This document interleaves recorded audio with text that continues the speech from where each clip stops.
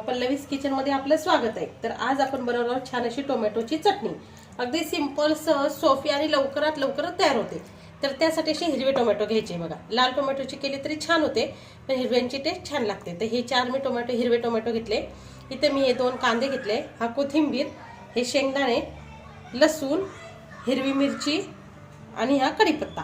एवढ्याच साहित्यात आपली छान अशी टोमॅटोची चटणी तयार होणार आहे। तर मी हे टोमॅटो कापून घेते, कांदा पण कापून घेते, लसूण टेचून घेते आणि शेंगदाणे भाजून त्याचं कूट करून घेते। हिरवी मिरची काटायची आहे, एवढं रेडी करून मी तुम्हाला दाखवते। हे बघा, चटणीसाठीची सर्व तयारी आपली झालेली आहे। टोमॅटो छान असे बारीक कापून घेतले, अगदी मस्त टोमॅटो कापले आणि कोथिंबीर, कांदा चिरून घेतलाय, हा शेंगदाणे भाजून त्याचा कूट करून घेतलाय। इथं कढीपत्ता, लसूण थोडा थोडासा टेचायचा आहे म्हणजे छान लागतो, हा लसूण आणि हिरवी मिरची। तर चला मग आपण आता चटणीला तडका देऊया। हे बघा, कढईत तेल छान असं गरम झालेलं आहे।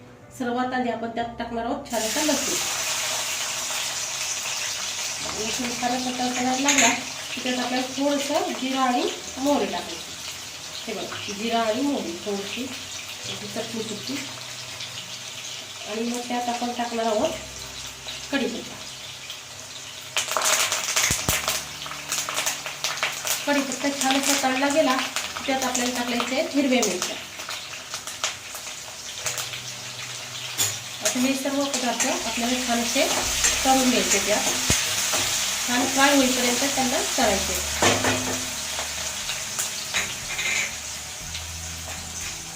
आणि आता यामध्ये थोडासा कलर मिरचीचा आणि लसणाचा लाल झाला की त्यामध्ये आपल्याला टाकायचा आहे आता कांदा।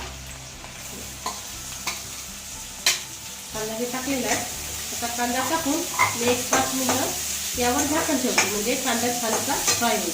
हे बघा, मी सर्व यात टाकून घेतले मसाले।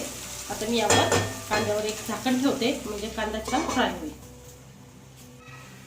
हे बघा, झाकण ठेवून 1-5 मिनिटं झालेले आहेत। तर आता आपला कांदा छान असा फ्राय झाला आहे। यामध्ये आता आपल्याला सुके मसाले टाकायचे। तर सुके मसाले टाकताना सुरुवातीला आपण थोडंसं कांदा लसूण मसाला टाकूया, थोडंसं लाल तिखट, थोडीशी हळद आणि यातच आपण थोडंसं असं मीठ घालून घ्यायचं, म्हणजे मसाले पण छान लागतात आणि चटणीला टेस्ट छान येते। हे मी त्यात टाकलेले। आता त्यात आपण टाकणार आहोत आपण छान कट केलेलं टोमॅटो, हिरवं टोमॅटो। टोमॅटो टाकल्यानंतर आपल्याला छान असे हलवून घ्यायचे, म्हणजे चटणी छान होईल। सर्व मसाले आता यात मिक्स होतील आणि यावर झाकण ठेवलं म्हणजे टोमॅटोला जे पाणी सुटेल त्या पाण्यावरच आपली टोमॅटोची चटणी छानशी तयार होईल। तर त्यात सर्व मसाले टाकून झालेले आहेत। मी आता यावर 1-5 मिनिटं झाकण ठेवते आणि मग आपण शेंगदाण्याचं कूट आणि कोथिंबीर त्यात घालूया। हे बघा, आपण टोमॅटो वगैरे सगळं टाकून 1-5 मिनिटं वाफ आणलेली आहे। तर ही बघा, आपली टोमॅटोची चटणी अगदी तयारच झालेली आहे। ती छान होते आणि टेस्टला पण छान लागते।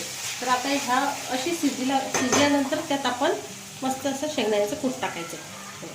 थोडे जाड शेंगदाणे टाकायचे, म्हणजे छान होते चटणी। बारीक शेंगदाणे ही चटणी चांगली नाही लागत, त्यामुळे थोडेसे जाडसर त्यात शेंगदाणे घालायचे आपल्याला।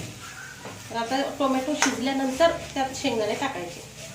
तर मी आता शेंगदाणे यात घाललेले आहेत। छान अशी टोमॅटोची चटणी आपली तयार आहे। तर आता यामध्ये सर्वात शेवटी म्हणजे अगदी फक्त झाकण ठेवायचं आहे, त्यावेळी आपल्याला आता हा कोथिंबीर यात घालून घ्यायची आपल्याला। तर हे बघा, टोमॅटोची चटणी रेडी आहे। आता मी याच्यावर 1-5 मिनिटं झाकण ठेवते आणि मग तुम्हाला लास्ट एकदा शेवटच्या वेळी दाखवते। तर ही बघा, अशीच टोमॅटोची चटणी आपल्याला बनवायची। हे बघा, मी झाकण ठेवलं होतं, आता आपली चटणी तयार आहे।